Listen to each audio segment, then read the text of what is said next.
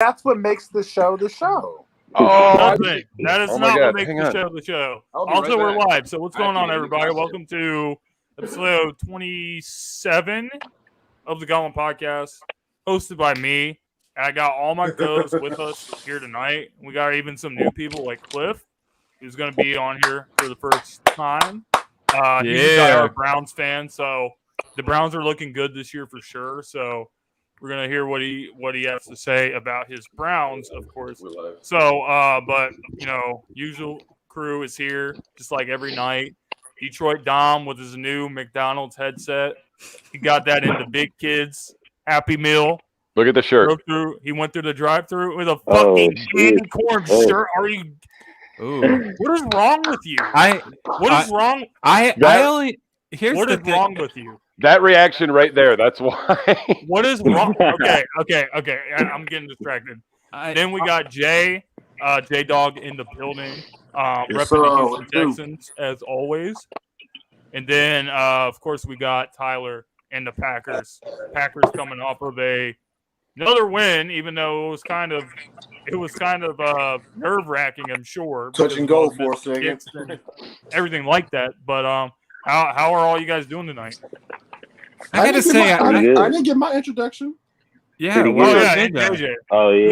aficionado. I'm not used to you being on the show at the beginning. Usually get on like after we start. I'm about to say I changed my little screen name too.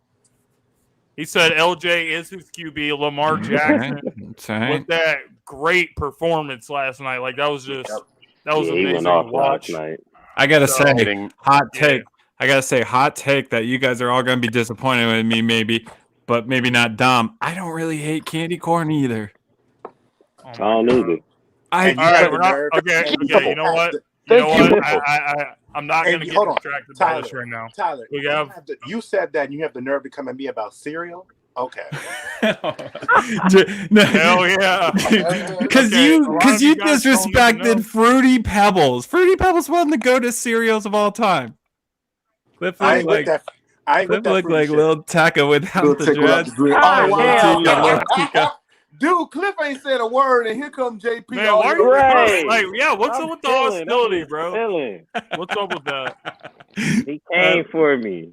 All right, man. Before we get any more roasting tonight, we need to actually talk about everything that's been going on in the NFL. So, what's up, Megan? Megan is in the building, man. Megan. Let's give a shout out to her. And the Sip Off on Thursday nights. So make sure you guys tune in for that. Covering the best with the WNBA. The WNBA finals going on right now between the Phoenix and also Chicago. So, Diana Rossi and Candace Parker going at it. It is going to be pretty good. Also, just NBA talk. The NBA season starting soon, too. So, but we're not here to talk about basketball. We're here to talk about football. And we're going to start with the biggest news of this week. Seems like for the past couple weeks, guys, it's been all about how much of a dumbass is Urban Meyer. But Urban Meyer is no longer the focus anymore because of what's going on with Mr. John Gruden. So there were those initial emails that came out, I think, late last week. And then, there was just some even more stuff that came out as of yesterday or the day before. And it was just this new stuff. It was just even more damning. It just makes you think, these players think they know these coaches so well. They don't. No one suspected this in that locker room. The players pretty much like John Gruden, as far as I know. So it's really just it's sad, and I think that John Gruden he brought this on himself, so it sucks, and it sucks for him, that is. But it does serve him right. The Bucks did remove him from their Ring of Honor as well, as Megan said. So yeah, I'm not really I don't feel bad for him at all. He deserves every bit of what gets coming to him. But it's really tough for a team like the Raiders that are actually looking pretty decent this year. So, What's up, Mike Booth? Man, we got a crew tonight. I love it. a lot of distractions and shit going on around him, which you never want to see. But I also just want to throw this out there before I hand it off. Everyone is talking about John Gruden right now, but I feel like people are not paying attention to some of who else could be involved with this.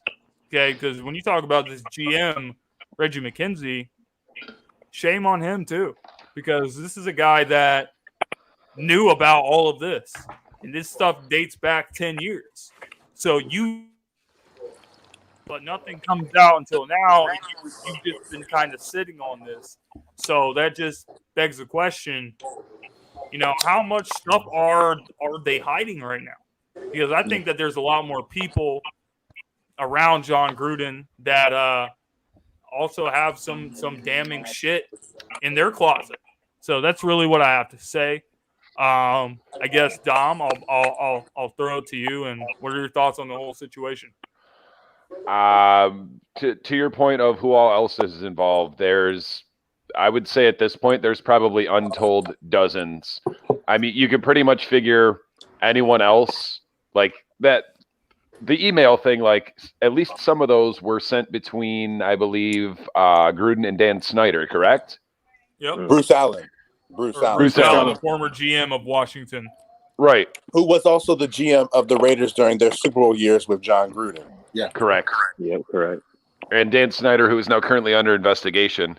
Like you said, I think he's a fall guy, but I can't wait to sit back and watch about all the fallout with all the additional people, because I have a feeling at this point, even though he has no one to blame but himself, Gruden is definitely pissed about being the scapegoat or the fall guy, whatever you want to call him. And I think if he's going down to the extent that it looks like he's going down, he's not going down by himself. And as far as who's involved, your guess is as good as mine. But who did he piss off to have it leaked like that? Right. I think it's. I actually, and I know James saw it earlier because I was on Instagram and I saw you liked the video already before I liked it, so I know you already saw it. But I did think it was interesting that Keyshawn spoke out about it, and Keyshawn's dated back to Tampa and saying that that team that was built for him from Tony Dungy and John Gruden came in there, and that's when they won. Thing. Yeah, and they won the Super Bowl, and how John Gruden took it from the GM, and the GM of Tampa the next year, mid-season, decided to resign with Tampa. So it does raise a lot of eyebrows about John Gruden, not just these messages that have been going on, but just like his whole business ship and professionalism in general. To your point, Tyler. To your point, like when you say that these players didn't know this. No, players did know. It's just the rambunctious ones, the outspoken ones. Keyshawn Johnson's, the Randy Moss. They all were hip to this, but they're the the ones that we kind of blackballed over the years because of their personalities. True. So it's like players probably did know, but the ones that weren't superstars probably were marginalized and pushed out. Whereas the superstars, you couldn't marginalize Randy Moss. No. You couldn't marginalize Keyshawn Johnson. And so I was like, the secret. It's like when you find out the secret's out. The secret's out. Yeah, good point. I agree. I mean, I'm gonna say something, man. I'm gonna get something off my chest for a second. Because and the first area that I'm gonna get at is less John Gruden and more on the commenters and the people that reacted to it.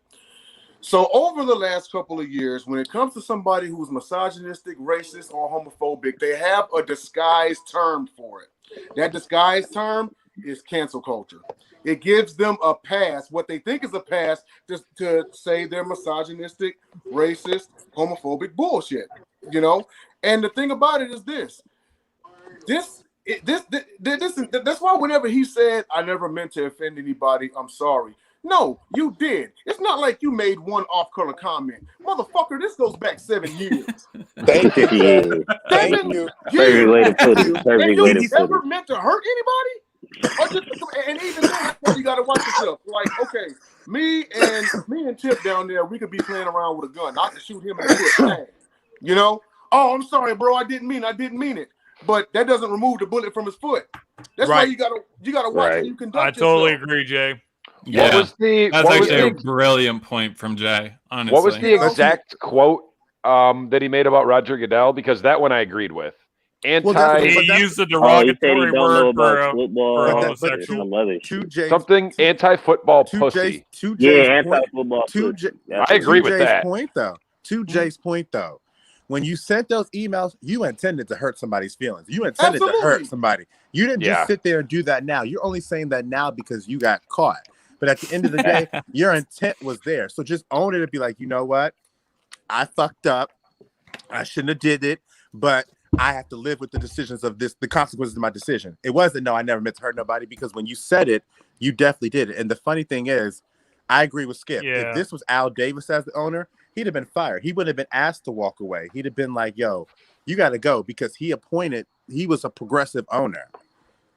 What do you think, Cliff? He'd have fired him the day it happened. What do you think, Cliff?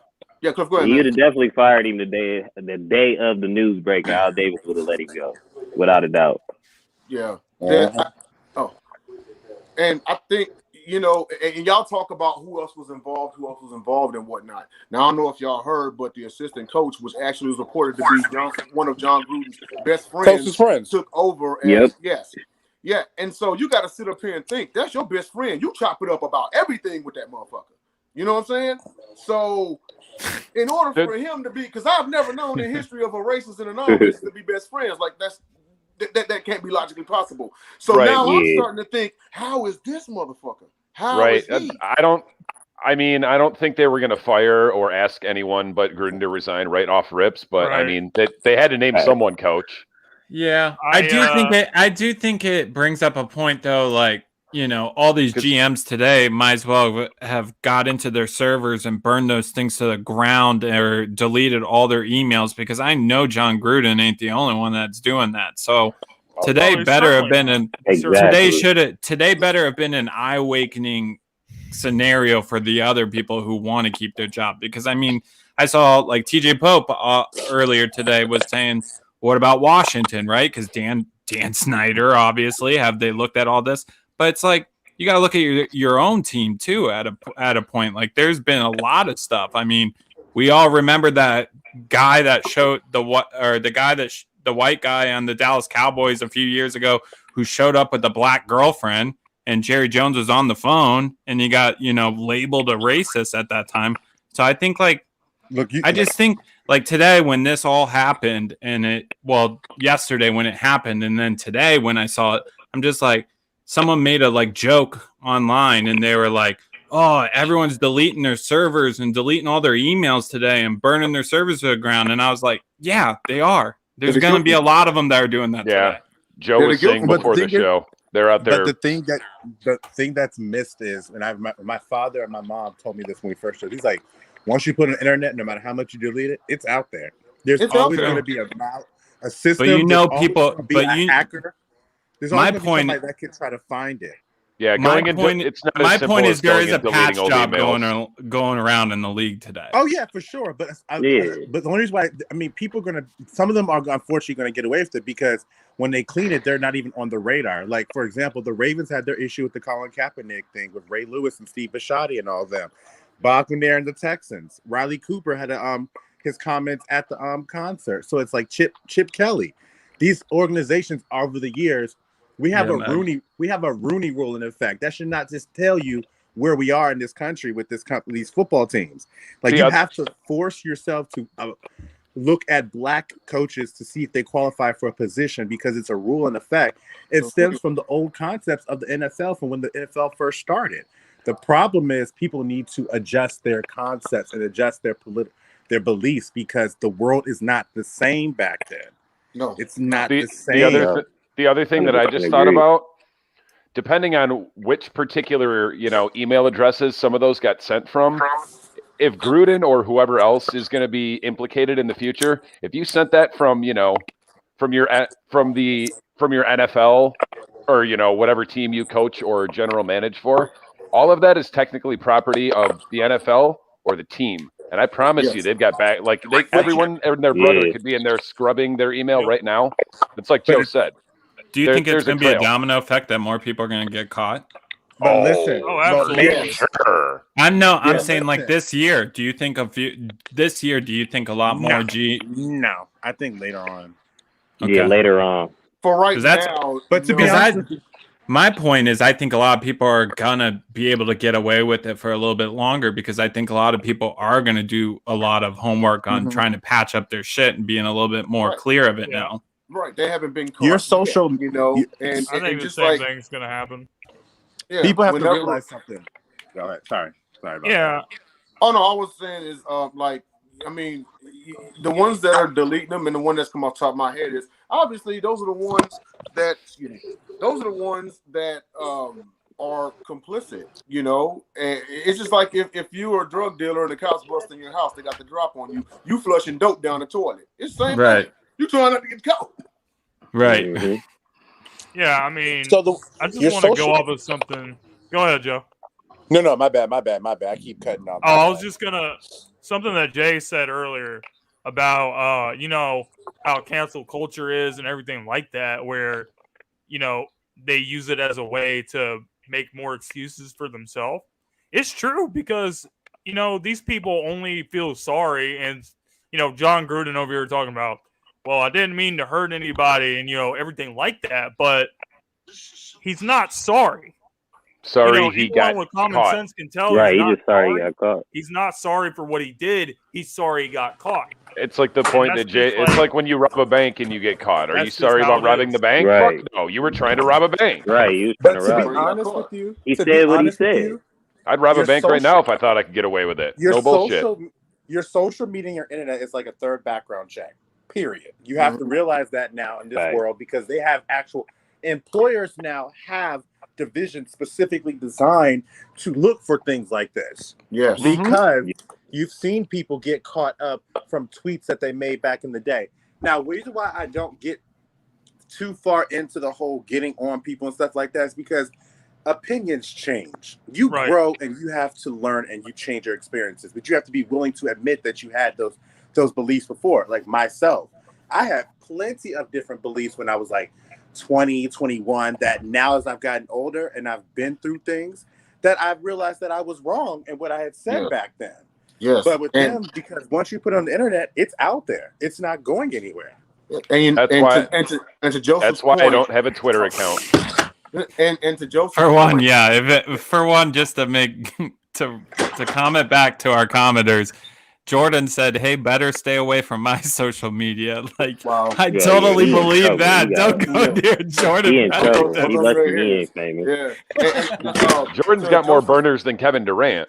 Go ahead, Cliff. Hold on, Jay. What was you saying? I was saying to Joseph's point.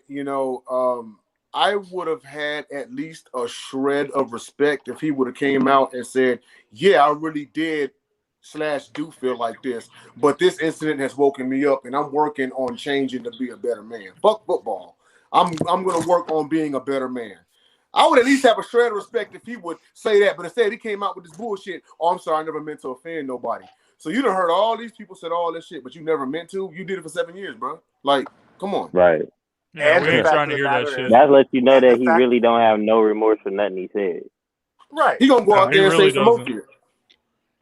Exactly. And the fact of the matter is, when it first hit the scene, he was trying to kind of explain it and justify it. He wasn't trying to. The first thing they said was it was 7-8 years ago. That was the first thing they tried to say was like, oh, it was a while ago. Does that make it okay? Like, oh yeah, I was a racist and a misogynist. You said it 7-8 years ago. If you're not like that now. Then you got it. Even you're still racist now. So what did it make difference? Right. It would make no difference. Listen, you're probably more racist now than you were then. Exactly. You just found ways to hide it. Yeah, and even if it is years ago, you might have grew up or matured, but think about what job you have right now. You don't grow up from 40. You're supposed to be in a professional manner. Like, you can't act like that. No, you should have. Oh my god! Absolutely. At the time period he said it, he was working with ESPN on Monday Night Football. Right. Yeah. Right. He absolutely deserved to get fired. And then we'll go years back and find them tweets because I don't know if y'all remember. It's a little known incident. But there was an old tweet from quarterback Jake Fromm from about probably 5-6 years ago. I know that. I know what you're saying. Think of who that was for like 5 minutes now. Shit on guns. Yeah, with the elitist. You talking about the elitist mentality, the elitist idea stuff, or the Josh Allen tweets? You guys remember those too, right? Yeah, I remember that. When he was there. Joe Burrow had a couple as well. Burrow, they tried to get him too. All about those tweets though. Nick Bosa. Which one of the Bosa brothers was supporting Trump? Was it Nick? Nick. Yep. They dug Nick. He did. Well, I would say, I can't say, the whole thing about Trump thing is like that because that is a matter of a political opinion because at the time it was based off of that. And so, but, it's just, there's no reason to backpedal. You said what you said, just say what you say, and to deal with the fact that you have to move on. And it's like, just fucking own it. What happened with, I was watching Adam Schefter. Adam Schefter said in those emails, he basically took a shot at everything the NFL said they were an advocate of being a defend for or denouncing. So he took a shot at women.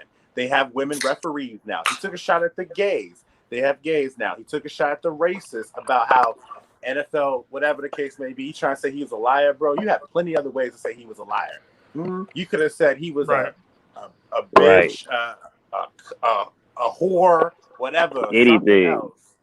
It's a good point, Joe. Even though I don't even like to credit Adam Schefter for fucking anything these days, but I'm an Ian Rappaport guy.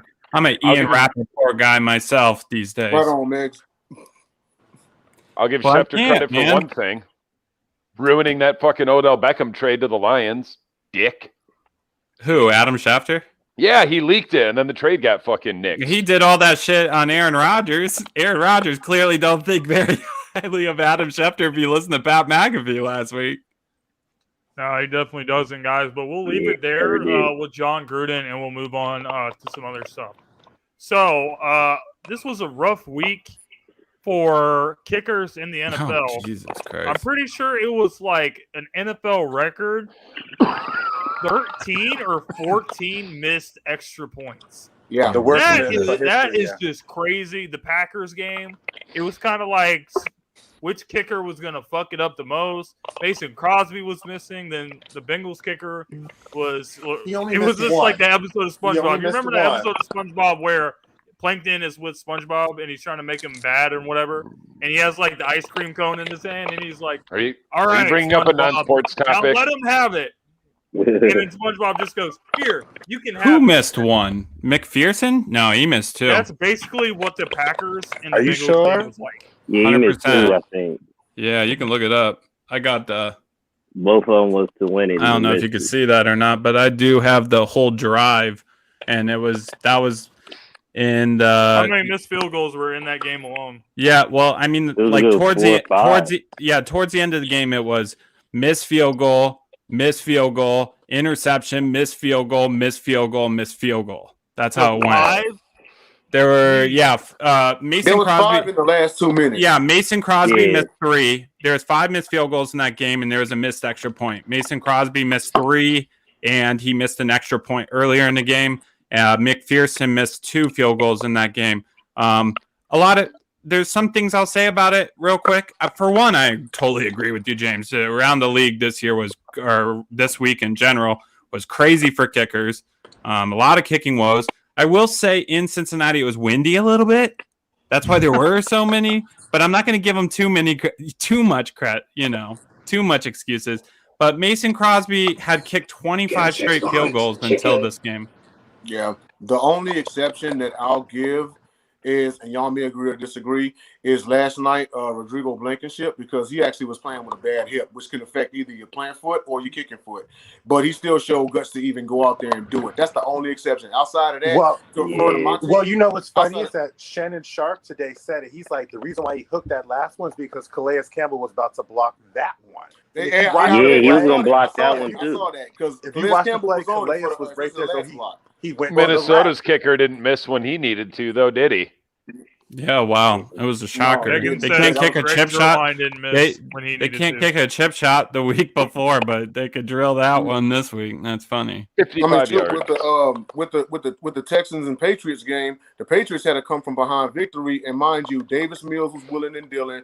The defense was flying all over the field, but Kyrie Fairbairn had back-to-back missed extra points, and he had missed field goals, which cost us 8 points, and ultimately it made the difference. A win. And on top of this, we saw McPherson in that Packers and Bengals game celebrate, not that he made the kick when he in fact missed it. He thought he did. He hit the little flag. What's moron of the week? But we'll get to that later, guys. I will tell you this. I am going to stay out this conversation because I don't want to jinx my guy, and I don't want to jump in. I don't think you can jinx him. None of this. I'm just going to say. Tucker is jinx proof. We don't need to. And I mean, to be honest, Joe, like I don't want, like everyone keeps telling me to, like, you need to get a new kicker, and it's like, nah, I'm cool with Mason Crosby. He had a bad game. He did a few years ago against Dom's Lions when he missed like 4 kicks that game. I know you remember, Dom. Sure do. Hey, Justin. Honestly, we won that but game. I like Crosby still. I still like Crosby. By the end of that game, consistent. By the end of that game, even though we beat y'all, like I legitimately felt bad for Mason Crosby. It's just, he has these games, but then like the week before when they're playing the 49ers, nobody's, he did come out and boot a 51-yarder. I feel like when you go out there, because he missed the extra point first, right? Yeah, he had a bad. When you miss an extra point, at that point it's creeping from your neck into your brain. Then you miss a field goal. Then you miss another field goal. It's like when you miss. It's like kicking field goals is like golf or free throws. It just gets in your head. Yeah, once it gets above your neck, you're fucked.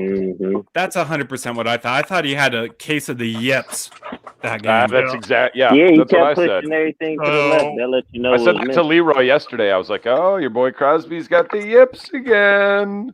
Uh-oh. Yeah, but anyway, it was definitely a rough week for kickers. But some kickers actually didn't struggle though. Like some of our teams did. Jake Elliott hit a 58-yarder, like what Matt just said in the comment section. So let's actually talk about some of the games that happened this week. We'll just start with last night.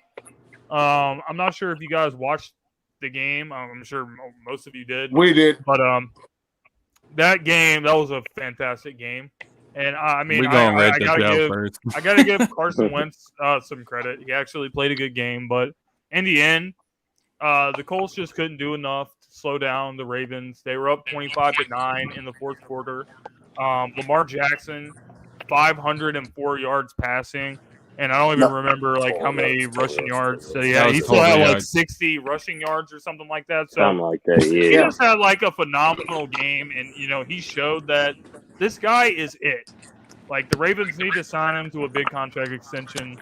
He's one of the best players in the league, and that narrative of, the Ravens, they're not built to come from behind or anything like that. They put that to rest because they were literally down multiple scores, 25-9 to the Colts. Didn't matter. He led the comeback, walk-off touchdown overtime. It was amazing. I think this is Lamar Jackson's easily his signature game. Like this is a one game that we're always going to think when we look back on his career. Everyone's going to talk about his performance. That's it. Yeah, that's when he arrived. Definitely his. It was phenomenal. But Joe, I didn't see a single snap of his best game. I'm sure that Joe, I'm sure that you have a lot to say. So I'll just let you go ahead. Hang on, let me get this out just real quick. Real quick. I will say, as far as last night goes, okay. First of all, I think it's fair to say the Ravens, for the better part of the last 2-3 seasons, are the best rushing team in the NFL. They got stud running backs. They're running up on you. They had what? How many straight games of 100 yards rushing? Somebody on the Indianapolis Colts is still predicated on Lamar Jackson can't throw. So what we're gonna do is we're gonna take your running game away from you, and we're gonna dare you to beat us with your arm. Guess how that turned out? You got it, Joe. I mean, so like to be honest with you, there was never a shadow of a doubt that I didn't think we would have a chance to win that game and then actually win that game, even when we're down 22-9. I mean 22-3. Like you have to just realize something. It's because when we got down the field and they fumbled the ball and it was like 16-3, and then it looked 22-3 because he got the ball back, almost scored a touchdown. That's when I knew. I was like, we'll get back in this game. I was timing it. I was like, okay, we got to score by this mark. We got to score by this mark. The defense just has to get one stop. And if they get that one stop, I feel like it's going to creep into their head that the Ravens are coming, because the Ravens offense was moving down the field in that second half, even before the comeback started. And so at the end of the day, even with this team averaging 160-some rushing yards this season, they're not the same rushing team. There are not that many big-time runs. There's not that many explosive runs right now. For the most part for this year, the Ravens have had to win by Lamar's arm. And at the end of the day, great players always bounce back from games. And he's always bounced back from a game, and so did Hollywood Brown.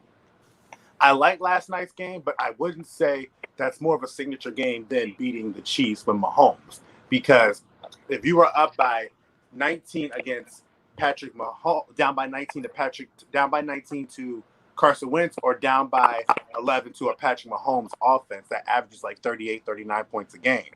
So it's like, I mean, an 11-point game is only a 2-score game. It's only like It is, but if I had to trust any quarterback to strengthen that lead, I would take Patrick over Carson any day of the week. So I knew if we were playing Carson, I was like, all we got to do with Carson is we have to get that signature turnover. Odafe got it in the first quarter with that fumble recovery.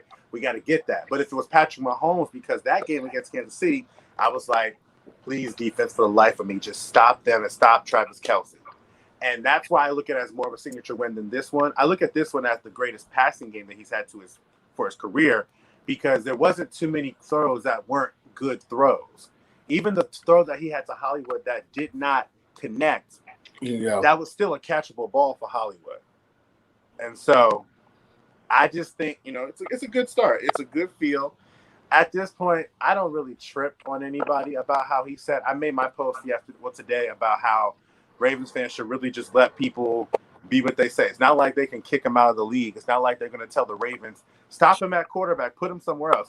Nobody's listening to y'all. Nobody cares to listen to y'all. And nobody gives a crack about what you say about the guy, because at the end of the day, he's still going to be a quarterback. If he lost his legs, and I said this 3 years ago, even if he lost his legs, I still believe he could be the person that we need to be. And he's showing you that he doesn't necessarily have to have his legs to get it done.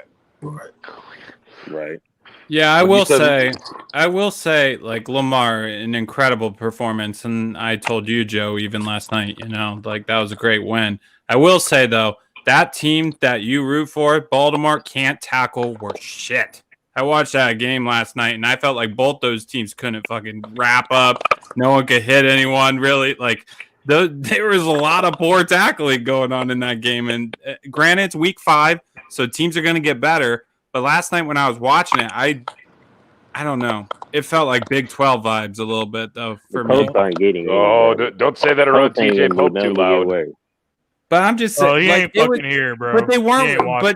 But even Joe would have to say it. I mean, you guys all watched that game. Neither team were wrapping up last night. Oh no, they can't tackle. These Negroes. Crap. These Negroes the key moment in the game that I want to talk about was when Tavon Young got that penalty. The Ravens literally got to stop, and then but granted, number 84 or whatever, the tight end that pushed him into the ground, that should have been called also. But the system guy always gets caught, and he got caught. So when that put them in field goal range, I was like, "Oh shit, he just lost the fucking game." The game changed, and Shannon Sharp said it today. He's like, "If I was Tavon Young, I would show you what happened to me again." He put a Tennessee Titans game where he got hit with the Nick Pick play on a player. He got him back in the next play. He didn't get a penalty. He said, "You know what? I got you." He said Quadri Ismail was coming down the post. My guy Jordan. Come here. And he laid homeboy out. He said, Tavon, that's what you have to do whenever you're in these situations, bro. Don't do that right now, because if they had missed and they had lost that game, Tavon, they looking at you like, what? Yes. Exactly. That's a young mistake that you just can't make. You can't lose your head. There's going to be missed calls. And I was telling my mother this last night, actually. I was like, you know what? Jack Doyle wasn't wrong. He arrogantly, cheap shotted him. The referees missed that. But they're going to catch you reacting. That's when you got to be, hell, sell it. Hey, y'all see this? Come on. But when you get up and you shove that dude in the face, they're going to throw a flag. See, they knew it. And so you have to also remember, it's a maturity thing, man. In the game, they know each other. They've been dealing with the trash talk. So he knew what he needed to do to get him.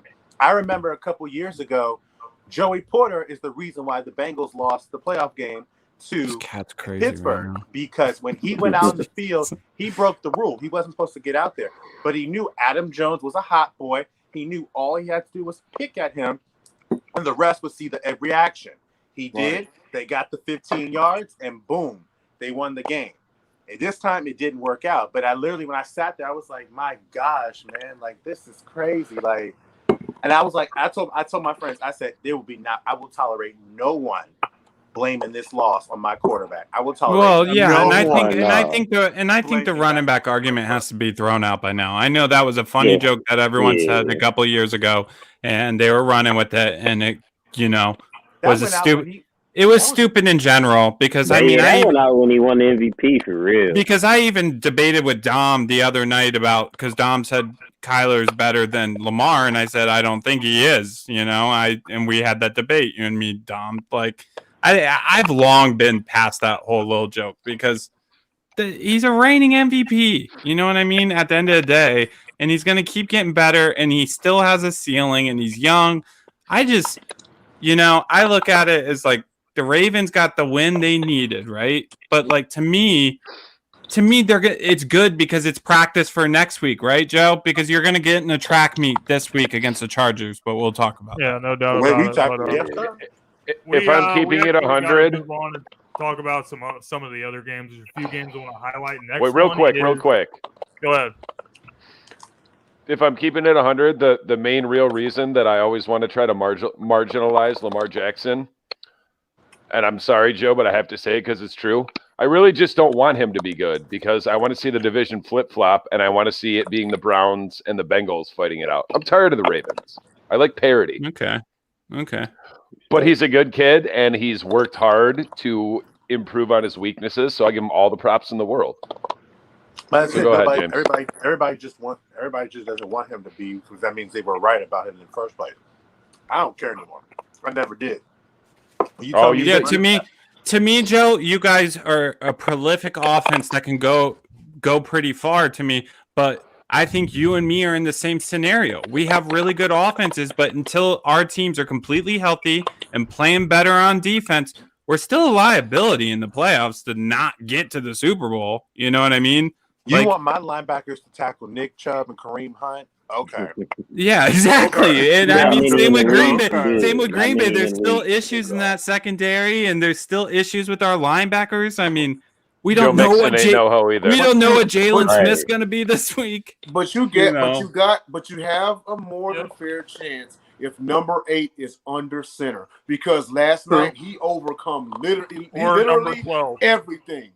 So with that being said, as far as the Ravens, to me, look way more than like contenders, because Kansas City is looking very, very, very, very beatable. Yeah, but what about Buffalo?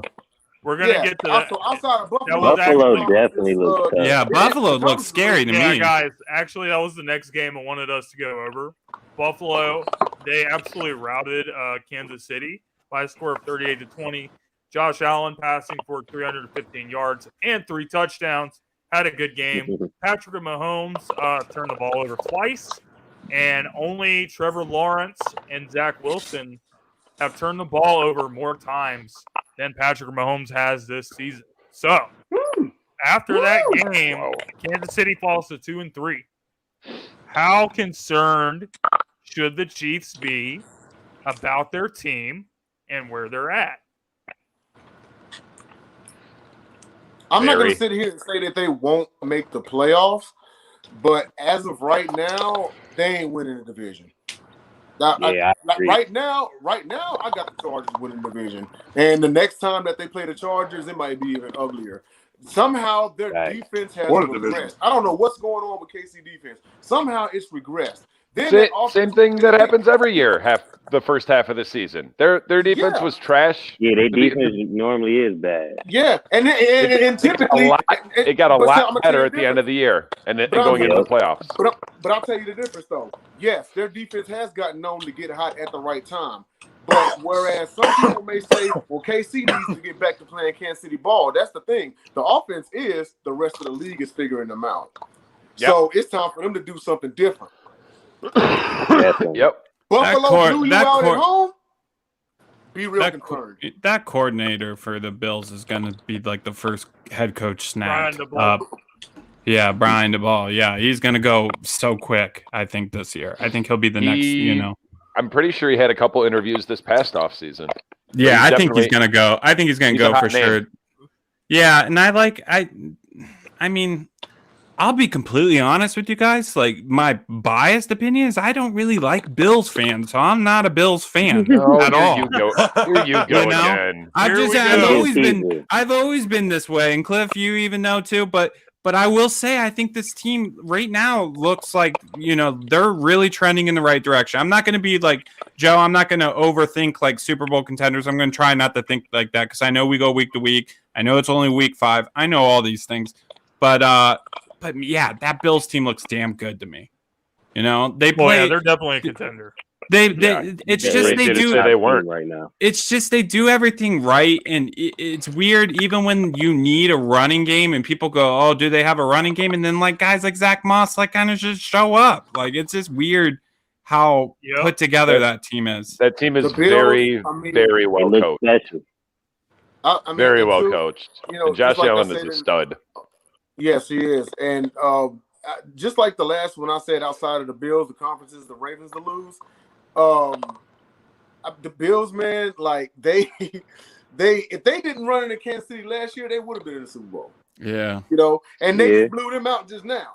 So I mean, Cliff, you guys shouldn't have lost to Kansas City, but that's a whole nother topic. You got hoed in that game. But let me remind you all that before the year even started last year. Yeah. That Josh Allen is. Yeah, that's what we're talking about, Jay. Yeah. Let me remind you that and the punt this year. Yeah, true. That touchback was the turning point of that game. Before the season started, let me remind you that I said that Josh Allen is every bit as good as Patrick Mahomes. He deserves his money for sure. All right, well, I think the Chiefs are not. I think they're going to make the playoffs. I think they're going to make the playoffs because Patrick Mahomes is he's just too good. And it's just hard to imagine him not making the playoffs. Andy Reid is just too good of a coach and a play caller for them to not make it. So they'll be. They're very fortunate that Oakland and I also have the Chargers winning. But that's the division. But that's my point. That's why I'm not exactly ready to count them out because I don't know how the Chargers with a second-year quarterback is going to handle. Well, it's not necessarily counting them out. It's not necessarily counting them out. I can still see the Chiefs coming back and winning this division, even at where they're sitting now.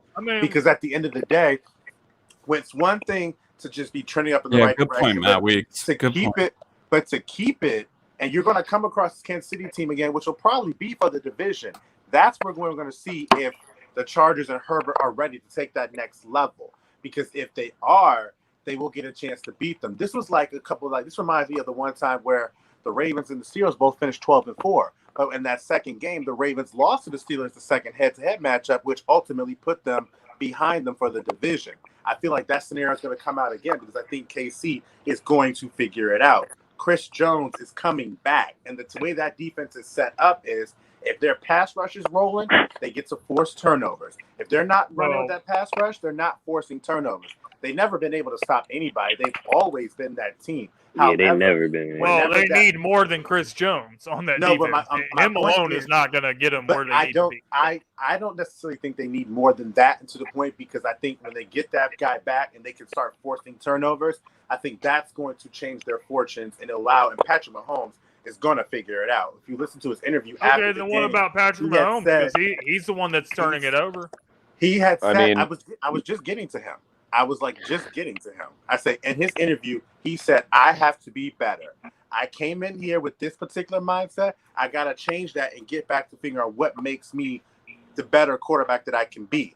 Once I firmly believe he can figure it out, this is his first time really facing adversity like this. So we got to give him a chance, and he's earned enough respect in this league for him to sit here and turn it around. When you have these guys that have been there before and been through adversity, I'm not going to count them out just because they're down yet. Or I say that they're struggling. They very much are.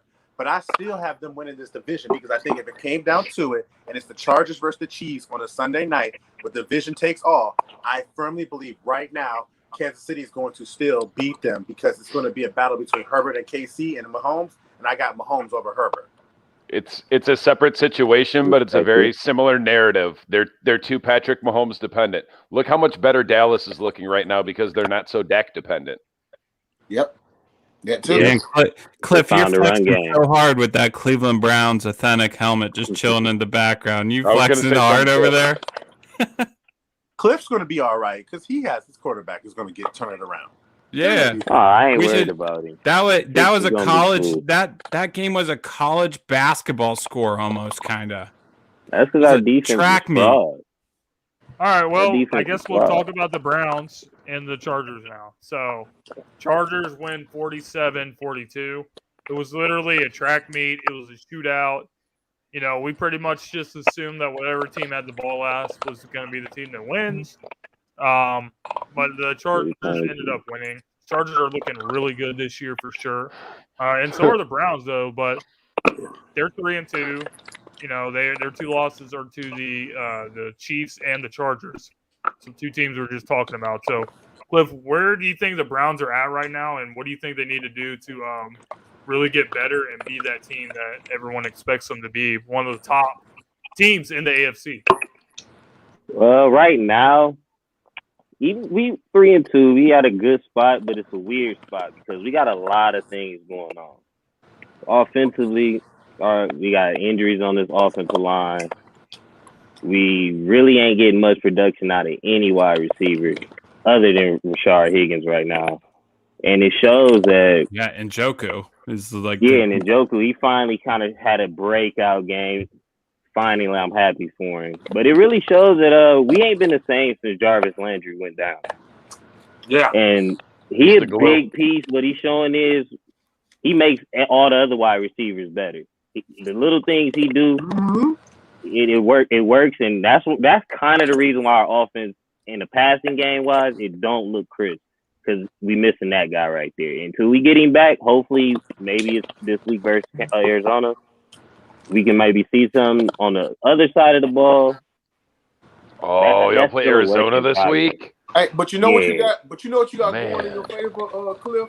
Is y'all got the best two-man punch in the backfield in the league with that's gonna bail us out of a lot of things, right? And that's what they shouldn't have got. Like Cliff, the only thing that I even spoke to you about this, but the thing that bothered me watching that game with the Browns and the Chargers is the Browns stopped running the ball at the end, and it was questionable play calling. Yeah, it was questionable play calling because Chubb was having his way with the Chargers on Sunday. He didn't even let him see the field on that last drive. He really didn't even let him see the field. It was Kareem, and they decided to throw the ball 2 plays, I think. Yeah. And then called a draw on 3rd and 10. Yeah. At that point, I already knew we lost the game. But see, to me, I knew that defense wasn't stopping nobody. What bothered me is that when they missed the extra point and y'all had it up by 1, all you had to do was just run your offense. That's all. I think that's true, and I think the big thing that's happened in that when he missed it, we instantly decided let's get conservative, let's shut it down instead of just running offense and doing what we normally do. We tried to play keep away in that. So really so if you think he drills that extra point, you think the Browns go down there and they possibly at least get the field to win it? I agree. We set up to get in field goal range. If he makes the extra point, we set up for field goal range. Yeah, and by doing it by running the ball because you guys did have you guys had the time of possession in that game. I mean, I will say that we dominated. I think it was plus 12 minutes on the Brown side, something like that. I think your defense doesn't have that cohesion yet. I mean, you got a ton of talent back there, but it's 6, 7 new starters. Yeah, and you can tell like we still ain't gel yet, especially in the secondary. You can tell these guys ain't used to playing with each other. Yep. Well, I think you guys are going to be. It's just making that one right play. You guys are in both of your losses. You just had one play that did not go the way it should have been. We is one singular play from being 5-0. Yeah, it's weird. It's a great matchup that you have this weekend because it's it's the Oklahoma Bowl. It's a big one. It's the Oklahoma I can't believe all these Oklahoma Bowl. All these Kyler great Murray matchups. and Baker when they were in Oh college. yeah, Baker won the Heisman. Boomer Sooner. Okay.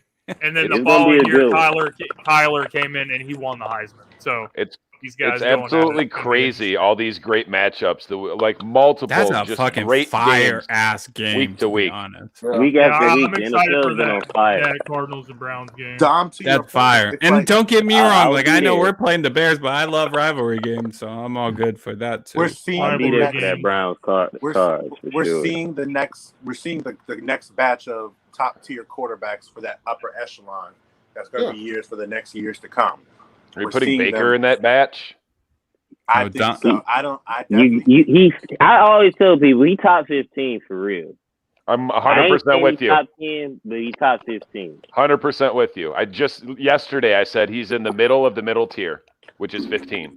Because it's the times where he really show you like he can really throw it with anybody in the league, and then there's times you be like, I don't know. There you go, Cliff Jordan. I think right in you. And to Joseph's point, no, we're not getting smacked at home. I'll be there. We're not getting smacked. Like to Joseph's point, he's right. We are seeing the next generation of quarterbacks that's going to the upper echelon, but people are so in over their heads nowadays. Instead of just enjoying it and watching great football, they rather say shit like Lamar can't throw and Kyler's too small. Well, yeah. Every week, people neither one of those games. Yeah, you know who those people are? Most of the people saying that about Lamar Jackson are Steelers fans. Some of them Browns, but mostly Steelers. Yeah. What's our next? More often than not, if someone's talking shit about you, it's your rival. More often than not. We're actually just going to talk about a few of the games for this week. So Cardinals and Browns, obviously, we're just talking about that. It's going to be very exciting. I also think the Ravens and the Chargers game is going to be really exciting too. 2-4-0 or 2-4-1 teams. Damn, they really been playing at a high level. It's going to be awful. Fantasy football is going to be crazy this week. I might have to go to a bar to watch all these games. I have Red Zone, and it's going to be crazy. Yeah, to your point, Dom. That's a great matchup, though. I have to go to probably a bar because I think every year, once a year, the Ravens and the Redskins play on the same network at the same time. And this is the week that they do. The Redskins. Oh, yeah. Joe always does that. Joe does that all the time. It's all good. I understand. You live there. I could give a damn, to be honest. He really could, though. If they really are going to force me to stop calling them the Redskins, then I'm going to exclusively call them what I've been calling them since I was 10. The 4. Because I would sit there and I'm like, you sitting there mad at me about a name, but you ain't looking. The Washington Guardians. I don't even call them the football team. I just call them Washington. Honestly, anytime someone asks me, I'm like, yeah. I'd be like, why you like the Titans? I'm like, the Titans are playing Washington. While you arguing a name, you need to argue on why your team is 1-4. That's what you need to argue about. I ain't got time for this. Joe still calls the Chargers San Diego. Cause man, when I was growing up, I say it a lot. When Madden 02 first came out, I was playing with the Chargers. Well, if you go to LA, and Rodney Harrison, I love them both, so I always remember them as the San Diego Chargers.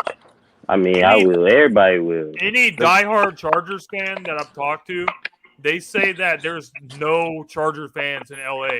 All the real Charger fans are in San Diego. It's fact. Oh yeah, that's fact. Look at last week. That was a Browns home game last week in LA.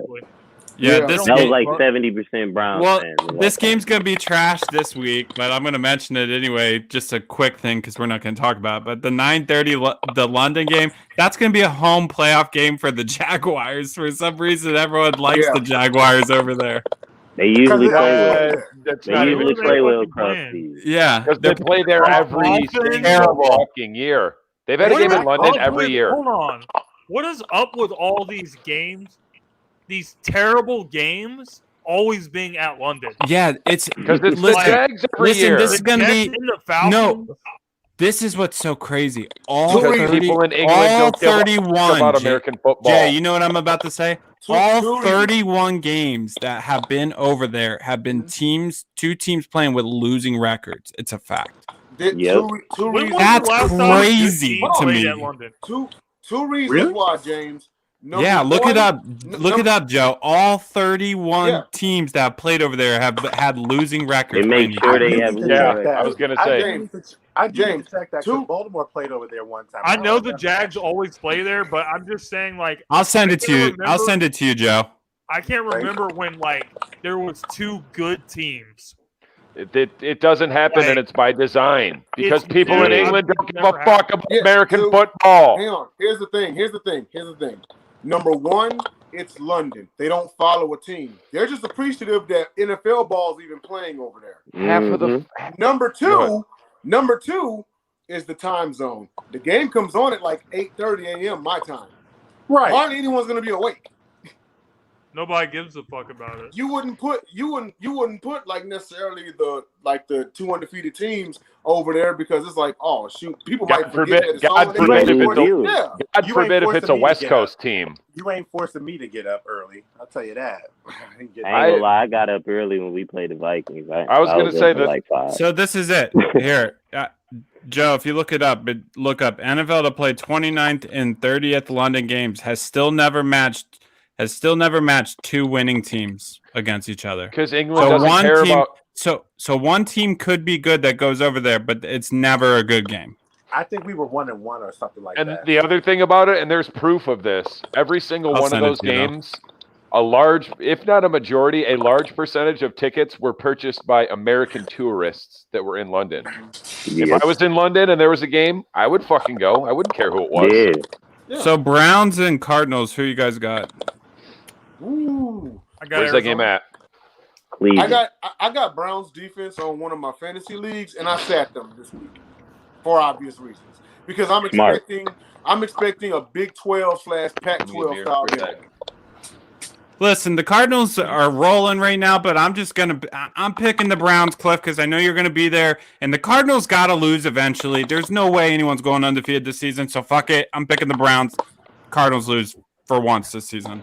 I'm gonna go Browns because of that 2-man punch that I said was in that backfield, and I think the defense rises up and makes a key stop and finishes out. I got the Browns by a touchdown. Wow. I got the James Browns on an island with the Cardinals. Browns by a touchdown, like you said. The defense is about to. I think this week will turn up. Well, Joe and Dom, go ahead.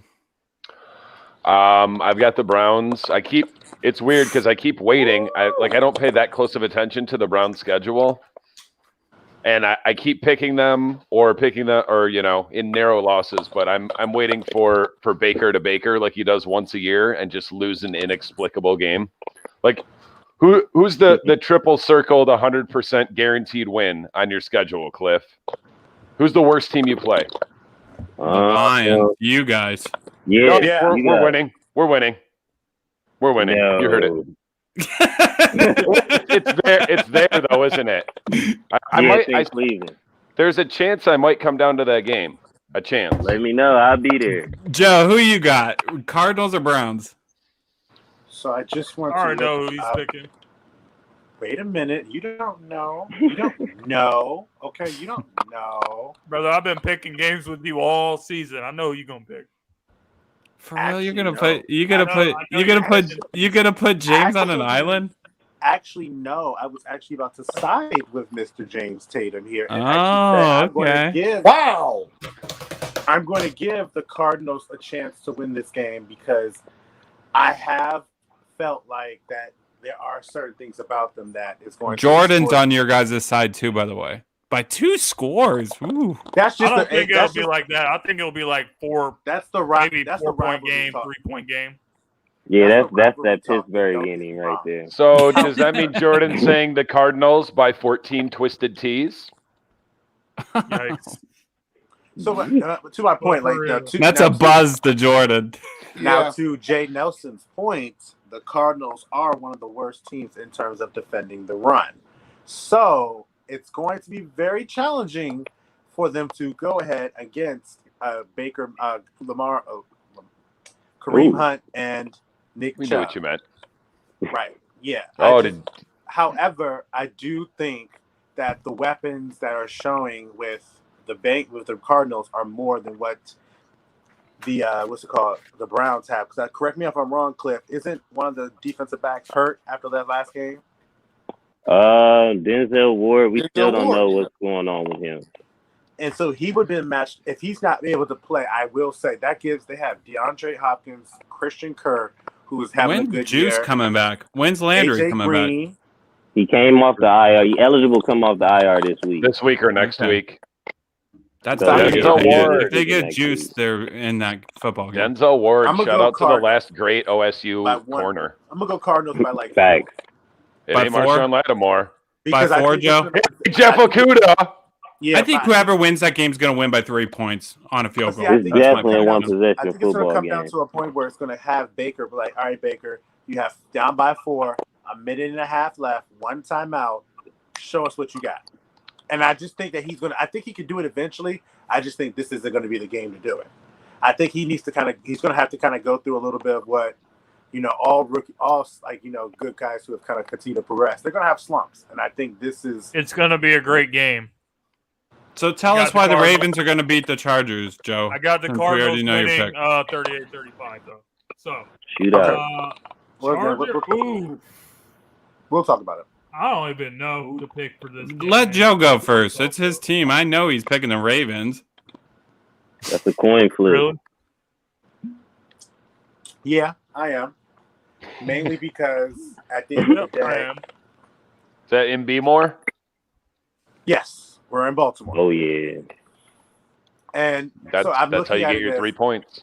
I think they're not going to take this team the same way they took Indy. I'm going to be honest with you. From all the talk of the record to break and all this other stuff, we came in thinking like, all right, Indy's a lesser opponent. Is it in we Baltimore? can get them eventually or whatever. What is that emoji? It's the man yelling.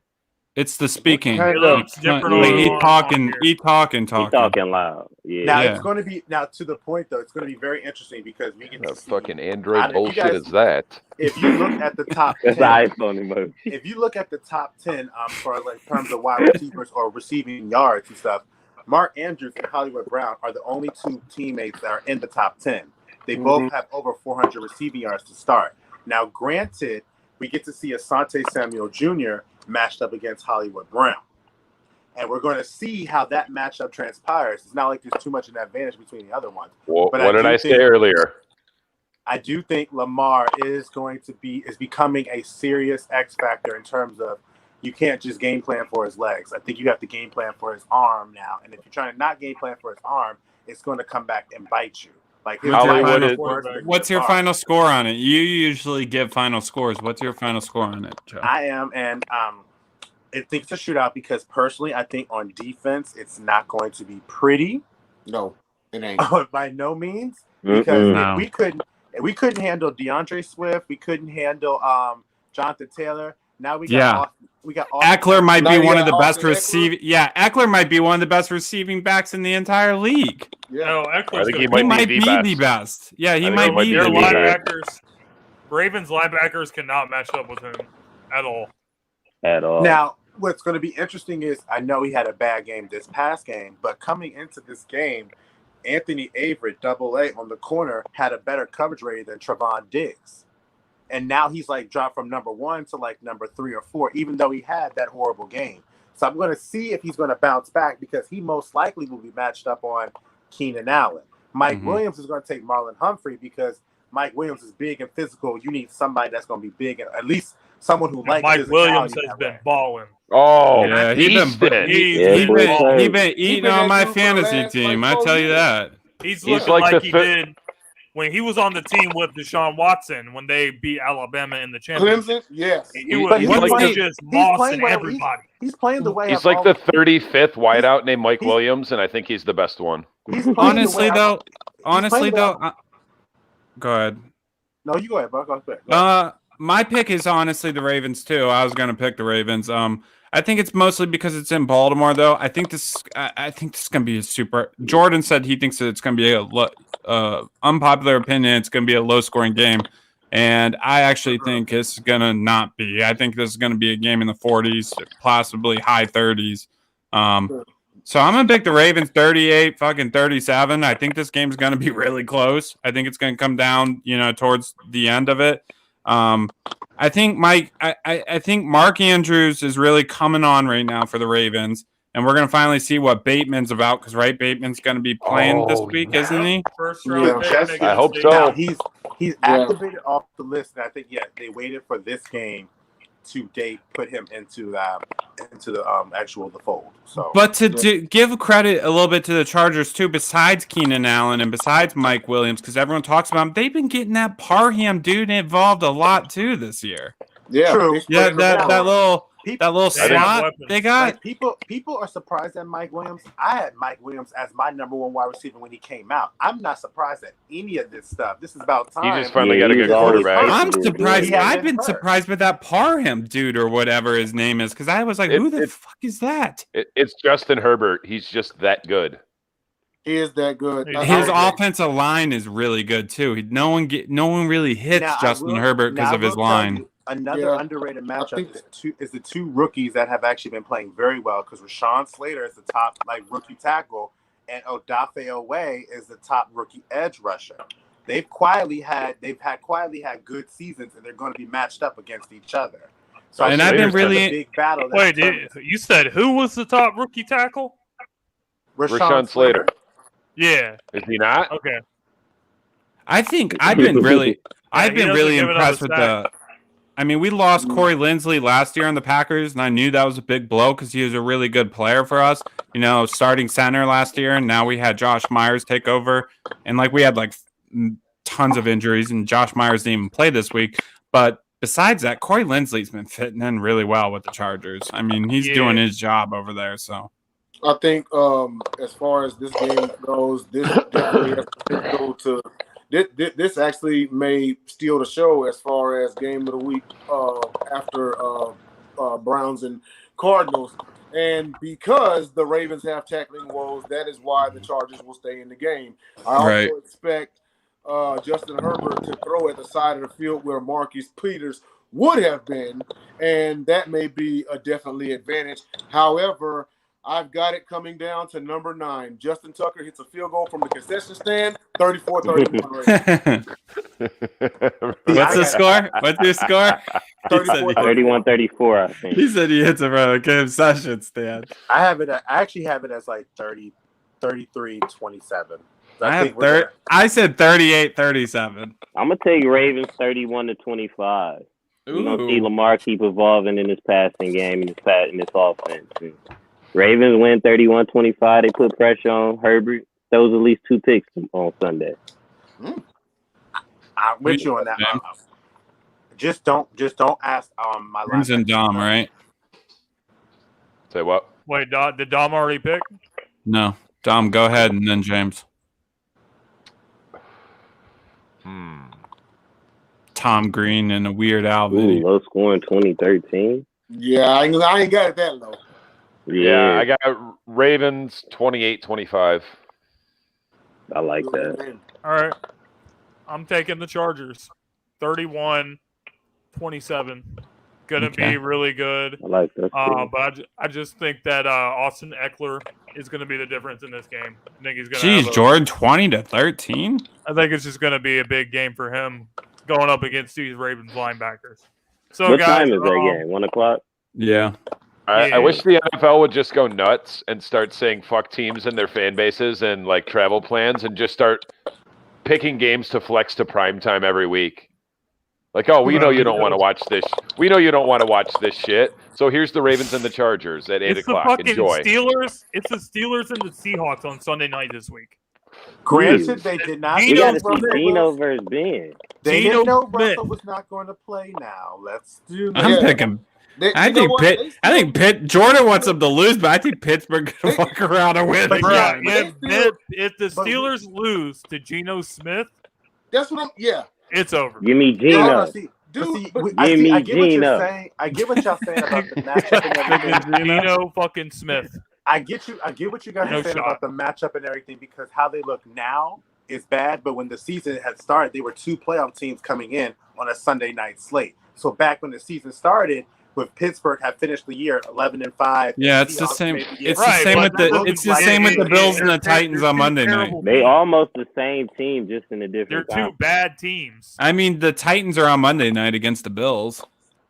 That looked like a good team. That looked like a good game last year, right? Because coming into the year, the Bills were in the AFC title game. The Titans made the playoffs. They came into the year looking like a good slate. But I do agree with Dom. The Titans are never as bad as people think they are, nor as good. Nor as good as their fans.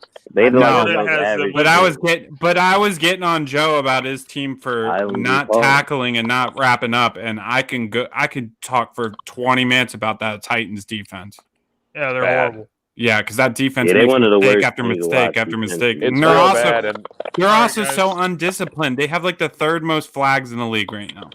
And no Julio for how many weeks now? Even though that didn't move the needle for me. When they got Julio, I'm like, good for you. It's just because their defense is so their defense has always not been great, but this year especially, they don't even look like they function. Yeah, the Titans aren't that good, bro. But anyway, I think they'll win their division. They'll win their division. So that's not. That might be the worst division in football this year. And they might win it 8-7. They're worse than the NFC East, bro. Like they're not good. And that's saying something. Colts suck. No offense, Jay. The Texans suck. No, we trash. Go ahead. And the Colts, the Texans, and the Jaguars are a fucking abysmal nightmare. So I don't know. Why did I think that the Titans don't win this fucking division? Why did I think that the Jaguars had won a game? Dude, you know what? Hold on. Because, I mean, y'all know me by now, man. Like, a true fan keep it real. I'm not about to fucking keep it real, bro. We're about to go on this magical run and win the Super Bowl. We ain't winning shit, bro. We rebuilding, and I'm looking forward to next year. I'm just enjoying football. Bro, when Tyrod gets back, y'all gonna run the table when Tyrod gets back. When is he coming back? When is Tyrod coming back? I think he's due back in a week. They gonna call him Table Tyrod. They'll win a few games when he come back. Yeah, but you know what? I will say this, Tyrod, man. Because Davis Mills did put up solid numbers versus the Belichick defense. Yeah, he did. Good I was going to say Davis Mills did not look going to win that game. Yeah, I thought Mills played good this week, actually. He did. I thought y'all were going to win that game with his long ass neck and all of that shit, bro. It's not as long as Glennon's this week. Yeah, I was going to say we saw Mike Glennon this week. Mike Glennon got that neck. So anyway, guys, Napoleon Dynamite. I think we're gonna leave it there with the games for this week. There's a lot of games, but we got to get to a few more segments before we shut down. And the next segment is Sports Morons. So there's a whole lot of shit that people could be nominated for this week. Cliff, if you don't know what the Sports Moron thing is, it's just anything in sports that you just think that person's a straight up moron. Like Urban Meyer's been on here a few times. It could be a bad take. I put moron here from the Giants in preseason. I got a perfect one there. All right, so let's fucking start with, and we don't talk about basketball a whole lot on here, but I saw this when I got off of work today. Something about Tyler Hero talking about I should be in the same conversation with Luka. Oh, Jesus.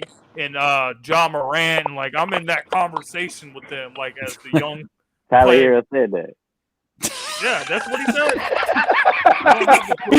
He's out of his fucking mind. What? This guy had a good performance in the bubble. Hey, let's bring Luis in real quick. Back to reality, he fucking sucks. Paging Luis. Real basketball. He bring in Luis. See, this is what happened, man.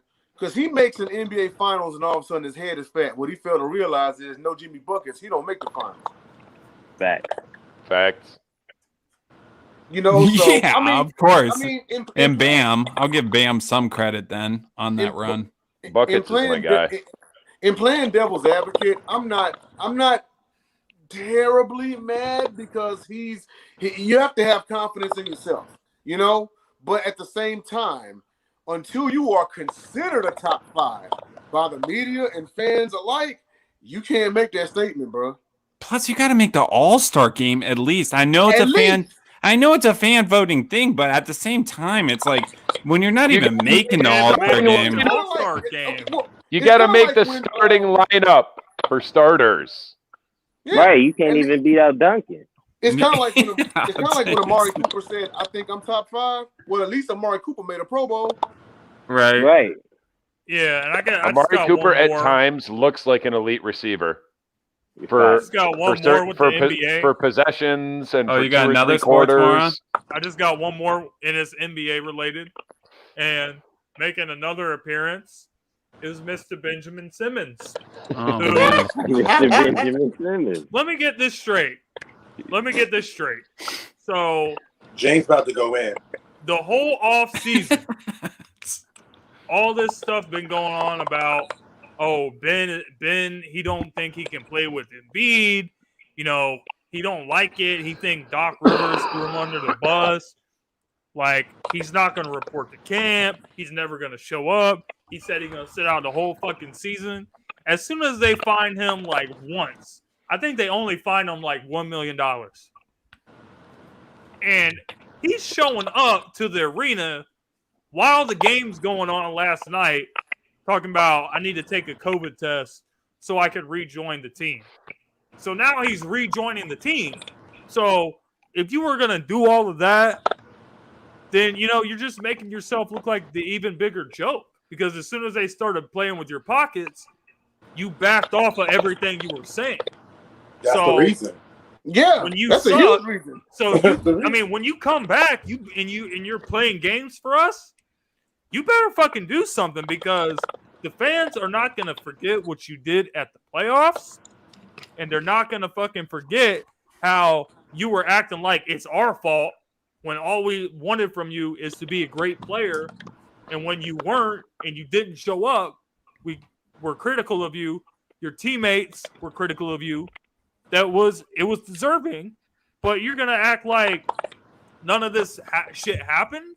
No shade. If he shows up and he doesn't give his best effort and show that he can actually at least attempt to shoot the ball, then this guy's gonna get. I don't even know what's gonna happen. I mean, to be honest, this shows his immaturity. We ain't gonna have it. Hold on. This is what's going on with Ben Simmons, man. To be honest with you, go ahead. I hate to tell y'all this, but I don't think he gives a damn what y'all fans think about him, because he's been trying to get traded for so long. So I think, what better way to piss this team off than to just be the person that they don't want me to be? And so I'm going to be a nuisance. I'm going to be a little a-hole. I wouldn't be surprised if he has some bad games to start, because I don't think he really cares what anybody in Philadelphia thinks about him anymore. Only reason why he showed up is because of that money. If that money wasn't... That's not true, Joe. I mean, Joe, we cuss on here. It's okay. You could say asshole. You could say fuck. Well, they said that he was scared. I know. I'm saying you can cuss. We say asshole. We say fuck. Really cuss, I would just say earlier. Oh, okay. Anyway, he was scared to play in front of the fans. That's what the reports was. He doesn't intend to play another game for us because he doesn't want to deal with the reaction from the fans. So he knows it's a tough place to play. He can't handle it. That's why he wants out. That's why he wants to trade. This is the reason why I keep on saying Ben Simmons be acting like a teenager. First of all, this is with sports and just anything in life in general. Outside of knocking a motherfucker out, the fastest way to get them to shut up is hit their pockets. Mm-hmm. Hit their pockets real quick, they'll fall in line. Now, all of a sudden, and you know what? I think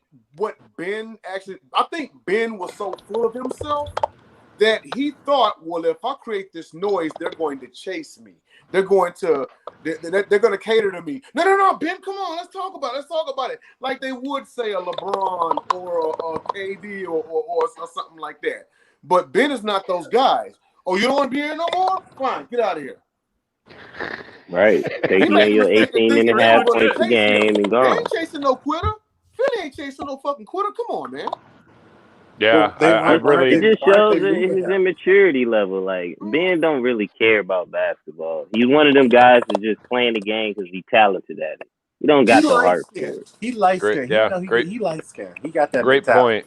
Great point, Cliff. It's about 30% of the guys in the NBA that's like that. They just playing because they got talent. They don't really care. Kyrie is one. Kyrie Irving. Kyrie is one of them. He don't care about actually playing basketball. He does it because he's very talented at it. That's it. Yeah, and they making money. Like you said. Yeah, well, he was going to be my sports moron of the week, actually. Happen, NBA players kind of lost their mind. Well, Kyrie was going to be my sports moron of the week, honestly, because he was going to be mine too. Yeah, because I'm just so fucking tired of it. Kyrie Irving is what I call him, and I'll never stop calling him that because that man, I just don't like the dude anymore. Like it gets old. I'm so past it. Like burning sage, but since all of it. You guys must know what I call Kyrie. I think the Nets are past it too. I think they're tired of dealing with it. This is a team that's trying to win a championship, and he's just this big distraction. I know he's best friends with KD or whatever, but you got to put that shit aside and do what's best for the team. They got to get rid of Kyrie. Jay might know. You know what I call Kyrie, right? What's that? Penis cancer? Oh, yeah.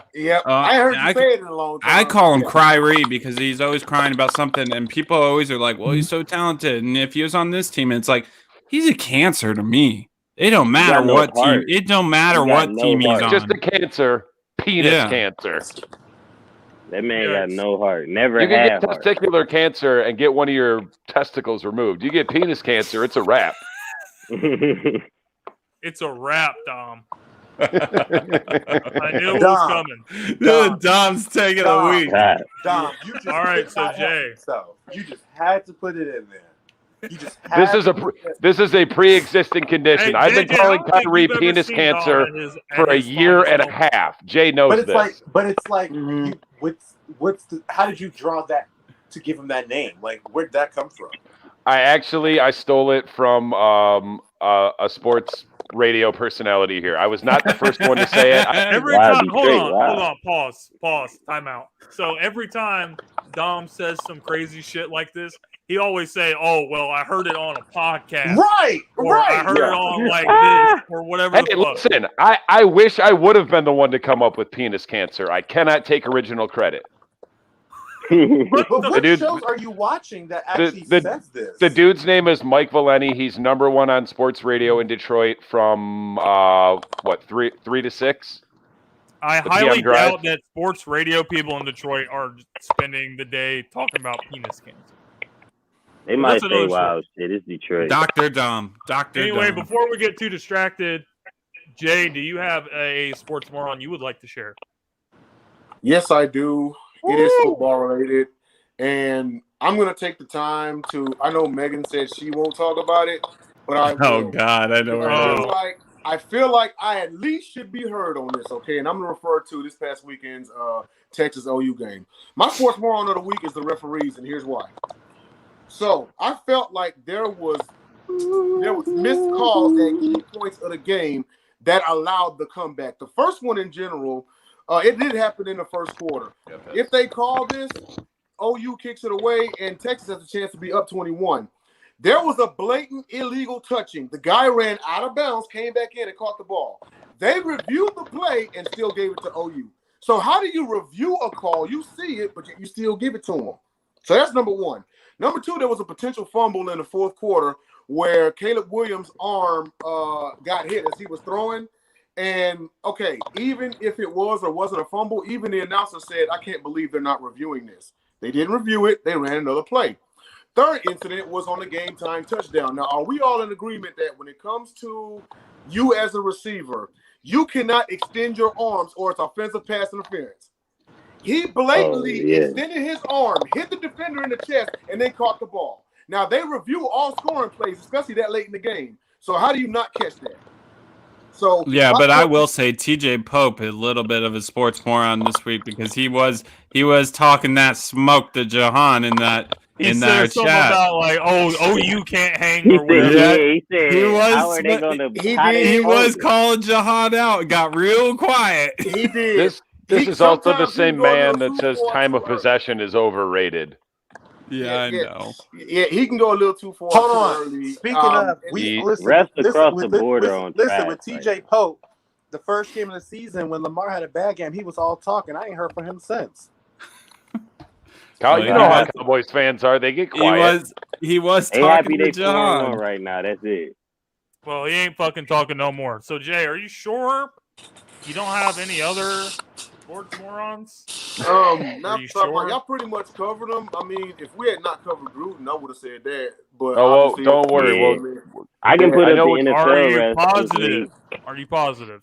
Because I think that you're forgetting something.